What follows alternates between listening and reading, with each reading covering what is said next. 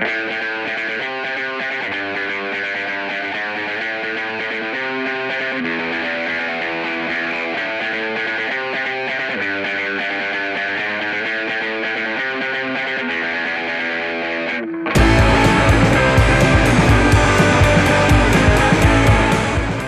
to the Movies and Stuff podcast, everybody.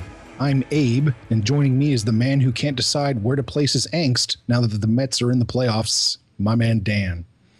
And together, the two of us will be talking about August Underground, and later we'll be joined by the director of August Underground, Fred Vogel. All right, peek behind the curtain just for a second. When Dan and I pitch movies and stuff to someone, we tell them we like to talk about a movie that one or both of us love and have somebody on who helped bring that film to life. This is not the case today with August Underground. I do not love it. I'm pretty sure Dan doesn't love it. I can't imagine anyone saying they do. It's a vile, grotesque, sleazy, horrific film that even manages to be scorned by quite a few people that call themselves horror fans. But it's also an incredibly effective work of art. If art is supposed to cause you to feel something, August Underground might be one of the most powerful works of art I've ever seen. All right, Dan, we don't need the Wayback Machine here because I know this was the first time you watched it. So tell me, what do you think of August Underground? It's a fantastic movie. I mean, it's a fantastic movie. I am not a fan of found footage movies. I can't stand them. Right. I hated Blair Witch. I saw that in the theaters. I was bored out of my mind. Not a fan of found footage stuff. This is the best found footage movie I've ever seen. Really? It's insanely well done.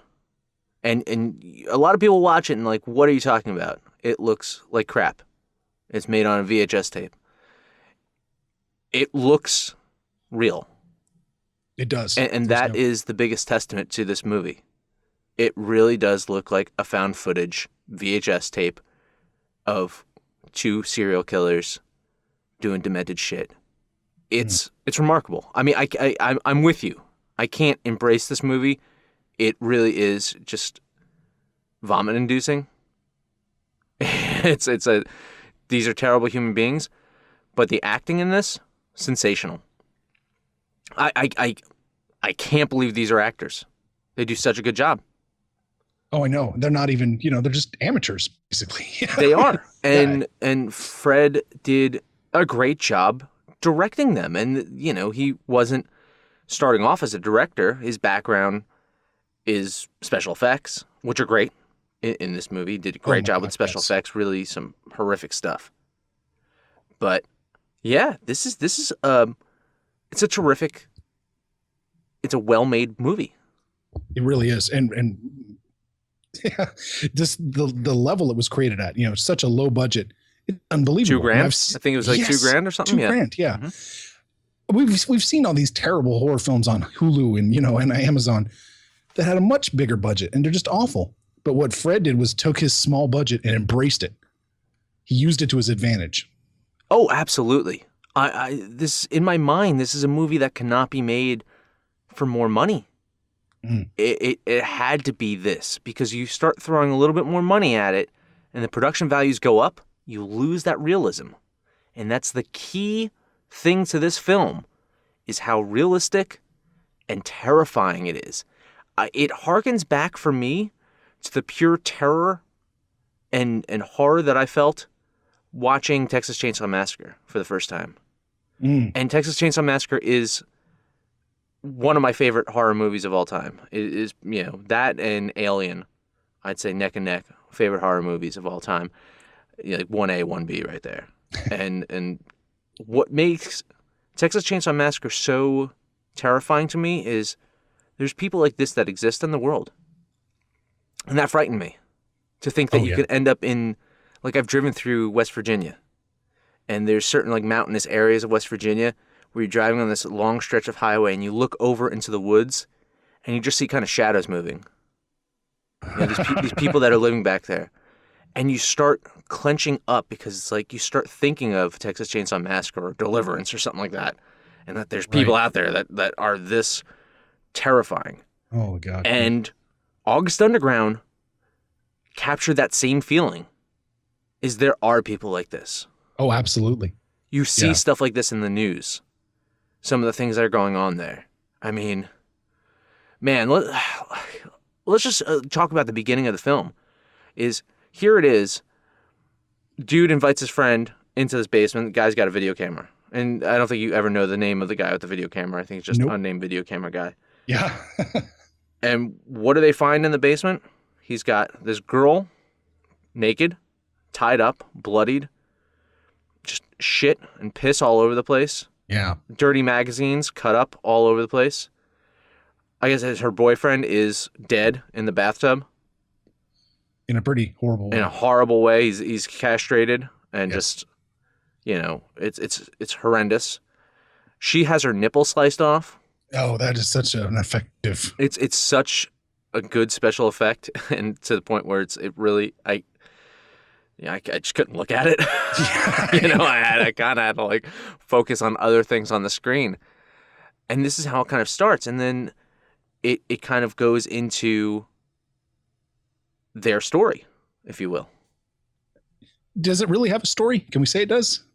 I said their story. I don't say a story. And their story is what they're doing along this, self-destructive path, not self-destructive, this destructive path. Yes. That they're on. Yeah. And it includes just a lot of stuff, like silly things, like going to a show and getting kicked out of a show and kind of starting a fight there, and then picking up a prostitute and killing her, and then, going to the gas station. Yeah, exactly. And causing terror there.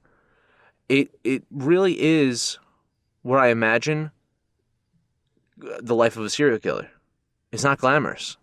This is what's going on in the life of a serial killer. And this is what I imagine that Fred was thinking about is these people are mundane fucking people. It's not like Hannibal, where these guys are just super clever and smart and calculating and doing. Most serial killers are, they're high IQ, but they can't really process that stuff, and they just, they're going on these killing sprees. That's the majority of serial killers, and that's how I imagine that this was kind of thought about. Serial killers seem to have a lot of blue collar jobs or no job at all. Yeah.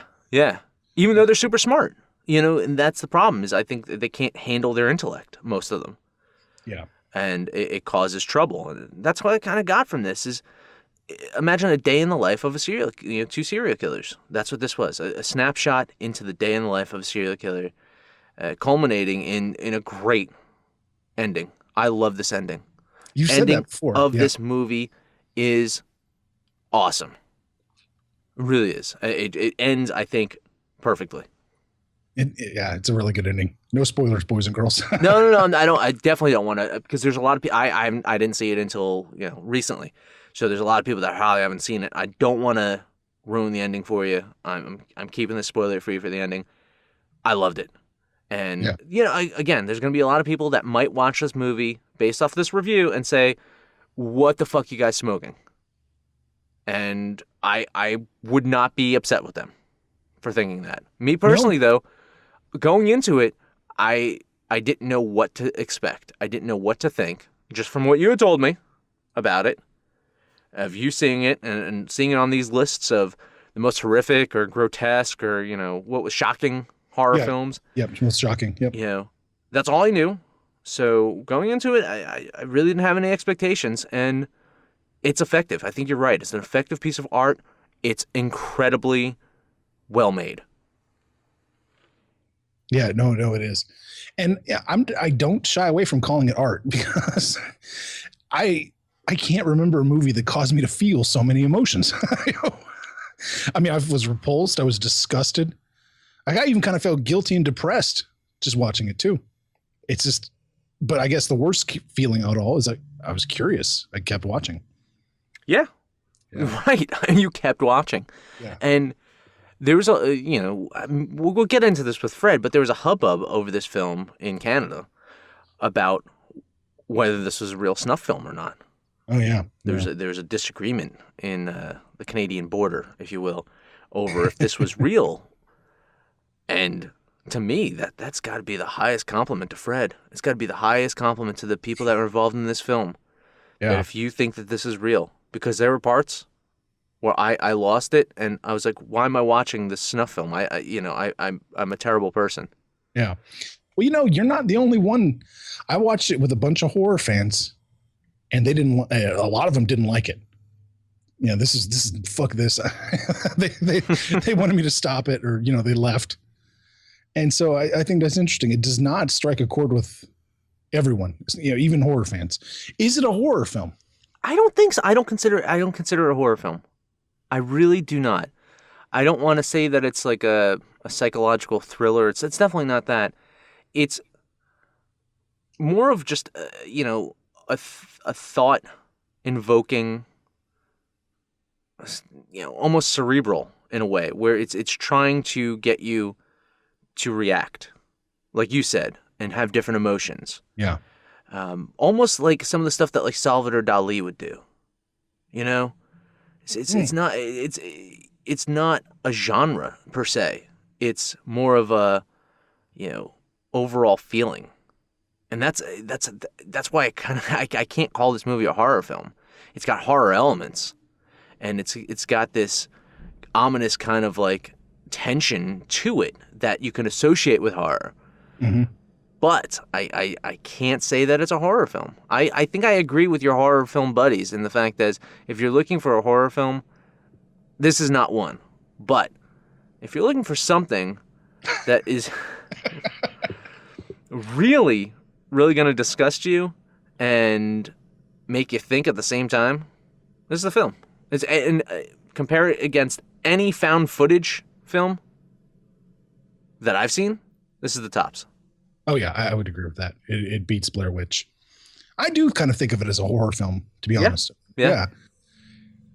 I can't say why off the top of my head. Maybe it's a real life horror. Like the fact is that, as I mentioned before about, Texas Chainsaw Massacre, that there are these real people out there. Maybe that's what it's more of a horror against mankind, like a fear that there are people like this in this world.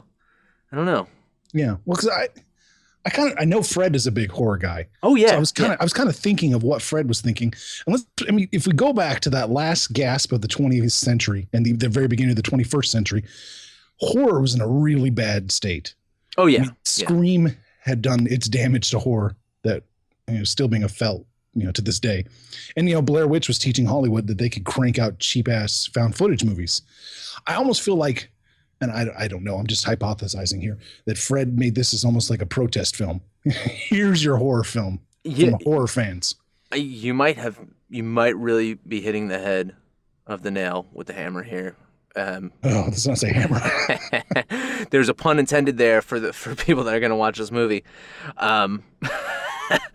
Yeah, no, I think you might be onto something. It really is a protest. And I think, it really is an homage to a lot of those really just terrifying 70s horror films. Once you said Texas Chainsaw Massacre, it all clicked for me. Yeah. Because the same thing that I've heard people criticize Texas Chainsaw Massacre about is the same thing I've heard people criticize August Underground about.